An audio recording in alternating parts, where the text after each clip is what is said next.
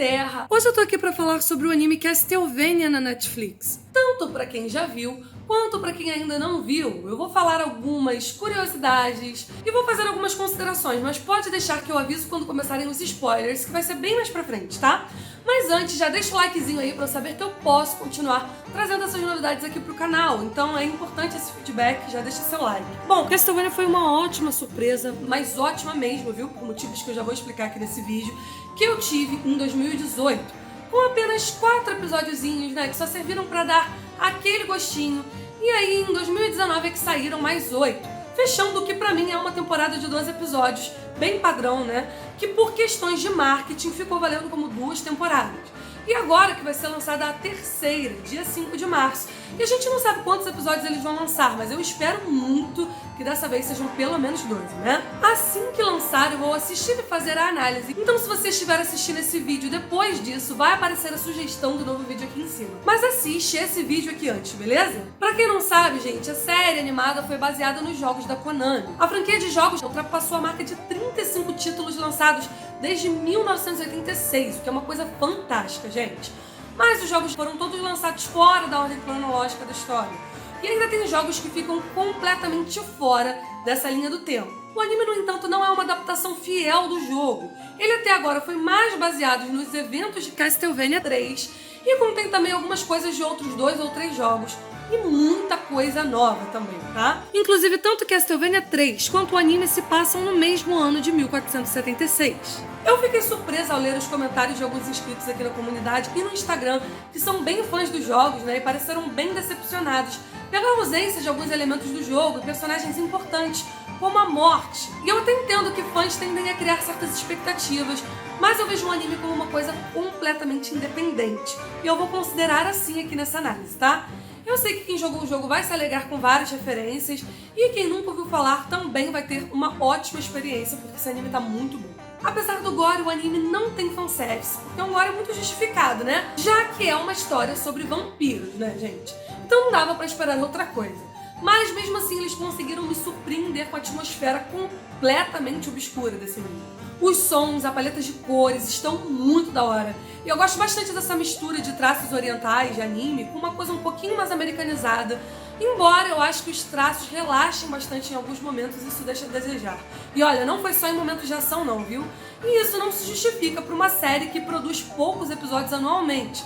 Mas no geral, gente, a experiência visual continua valendo muito a pena e chega até a ser deslumbrante em vários momentos, então eu acho que compensa, tá? Pra mim, que sou uma fã de vampiros de longa data, o anime tem a melhor versão do Drácula já feita, desde a versão original do personagem, escrita por Bram Stoker em 1897. Na verdade, eu posso dizer que no quesito de construção de personagem, o Drácula até supera o original. Ó, mas veja bem, gente, tô falando enquanto personagem, não enquanto obra como um todo, porque o Drácula de Bram Stoker é um grande clássico. Foi esse escritor no fim do século XIX que inventou o personagem e que consolidou todos os elementos associados a vampiros na ficção. E a curiosidade mais legal está totalmente ligada ao livro de 1897. O Conde Drácula original foi inspirado em um personagem real, um príncipe romeno da Ordem do Dragão, Draculeia, que em romeno também pode significar filho do diabo. Batizado como Vlad, nascido na Transilvânia e que depois foi governante da província de Valáquia durante as invasões do Império Otomano no século XV. Enquanto o Conde Drácula do conto original herdou do príncipe de Valáquia apenas o fato de ser da Romênia e o nome Drácula, que era um apelido do Vlad verdadeiro, o anime traz muito mais referências a esse conde sádico e bizarro. O Vlad real viveu na mesma época em que é ambientada a história de Castlevania 3. Ou seja, na mesma época em que se passa esse anime, 1476, no nosso mundo real, coincide bem com o auge da história do príncipe de Valáquia, que ficou conhecido por empalar pessoas. Galera, vocês sabem o que significa empalar? Pois, gente, é um método de tortura mais bizarro que existe.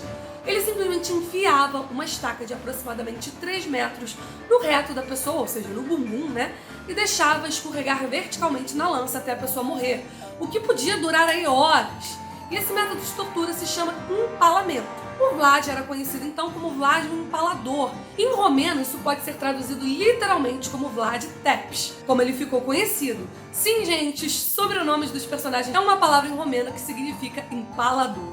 O nome do Alucard, Andrew Stepp, seria Andrews Empalador, e a sua mãe, Lisa Empaladora. Tadinha da Lisa, né, gente? O que é bizarro, né, galera? Porque mesmo na história do jogo, o sobrenome foi adotado pelo Drácula durante uma revolta. Daí eu não entendo por que uma personagem linda como a Lisa vai herdar naturalmente o sobrenome de Lisa Empaladora pelo seu marido. Esse método de tortura também é referenciado logo na primeira cena da animação, com as caveiras lá atravessadas por lâminas.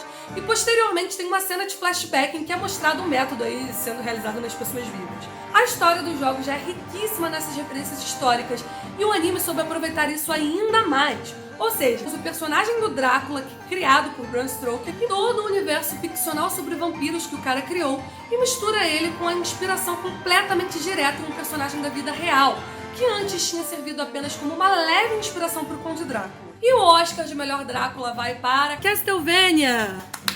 E olha que o Drácula deve ser um dos personagens que mais foi adaptado nos últimos 100 anos.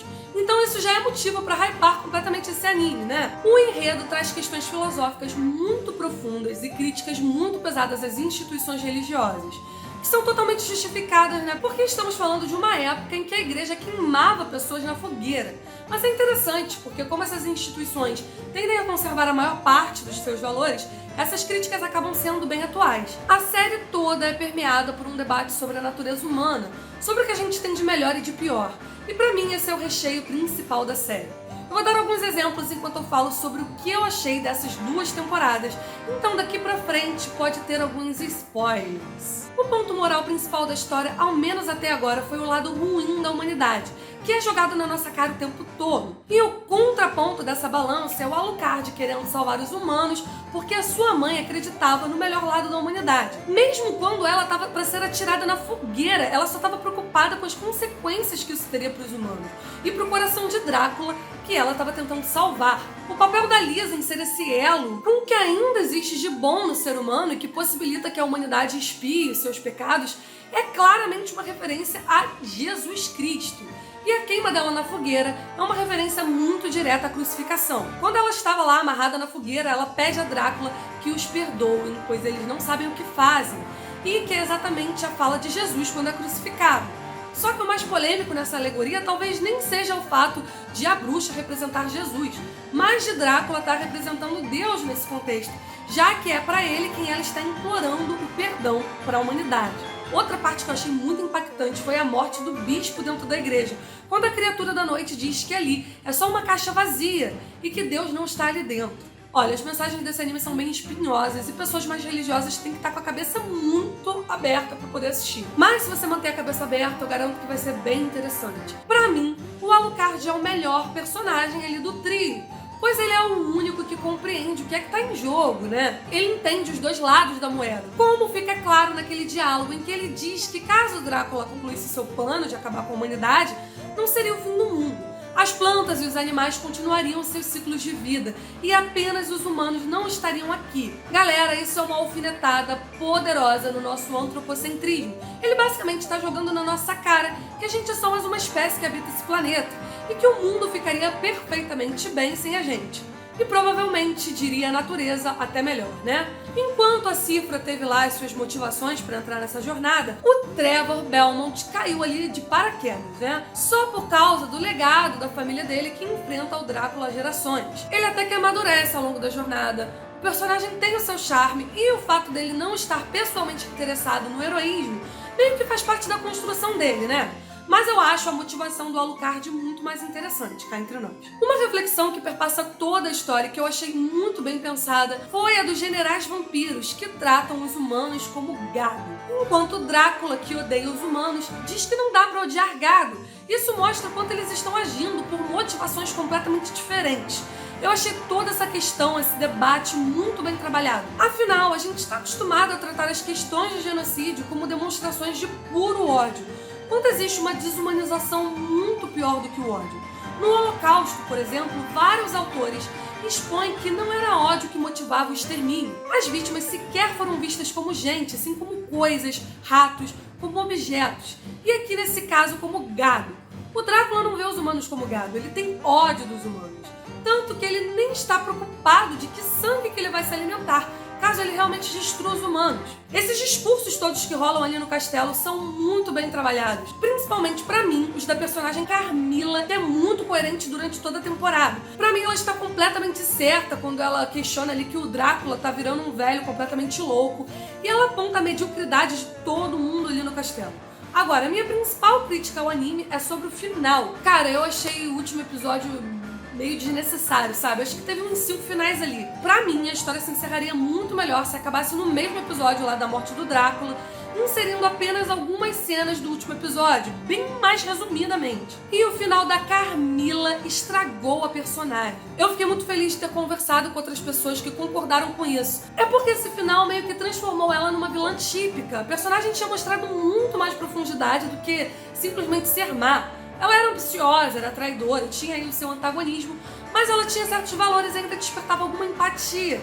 E eu sinceramente achei que esse vilanismo forçado no final reduziu muito o potencial dela. E olha, gente, por mim, com essas devidas ressalvas aí que eu fiz, eu acho que esses 12 episódios seriam uma ótima obra fechada. Tá, galera, eu sei que é uma franquia muito grande e que definitivamente pelos jogos tem muita coisa pra se explorar ainda em outras temporadas, mas eu sinceramente tenho sempre aquele medo de começarem a cagar algo que ficou muito legal. E eu realmente achei que, desconsiderando os jogos, sabe, como uma obra completamente independente, esses 12 episódios, se eu não tivesse colocado o gancho pra próxima temporada, teria tido um final legal, encerrado, um anime pequeno, muito interessante. Agora, eu posso me arrepender muito de estar falando isso, porque a terceira temporada pode estar muito da hora. E eu, com certeza, tô muito ansiosa pra assistir. E vocês, por favor, assim que assistirem, venham aqui no canal, que provavelmente, pouco tempo depois de lançar a temporada, eu vou trazer a análise aqui. É só dar o tempo aí, basicamente, de eu assistir tudo pra fazer o textinho e gravar, claro, se não acontecer mais nada, como a intoxicação alimentar, que eu tive essa semana, né, que não me permitiu gravar esse vídeo antes. Eu queria ter lançado ele ontem. Mas enfim, é isso, gente. Me sigam nas minhas redes sociais, no meu Instagram e no meu Twitter. O link tá aí. Um beijo e até o próximo vídeo.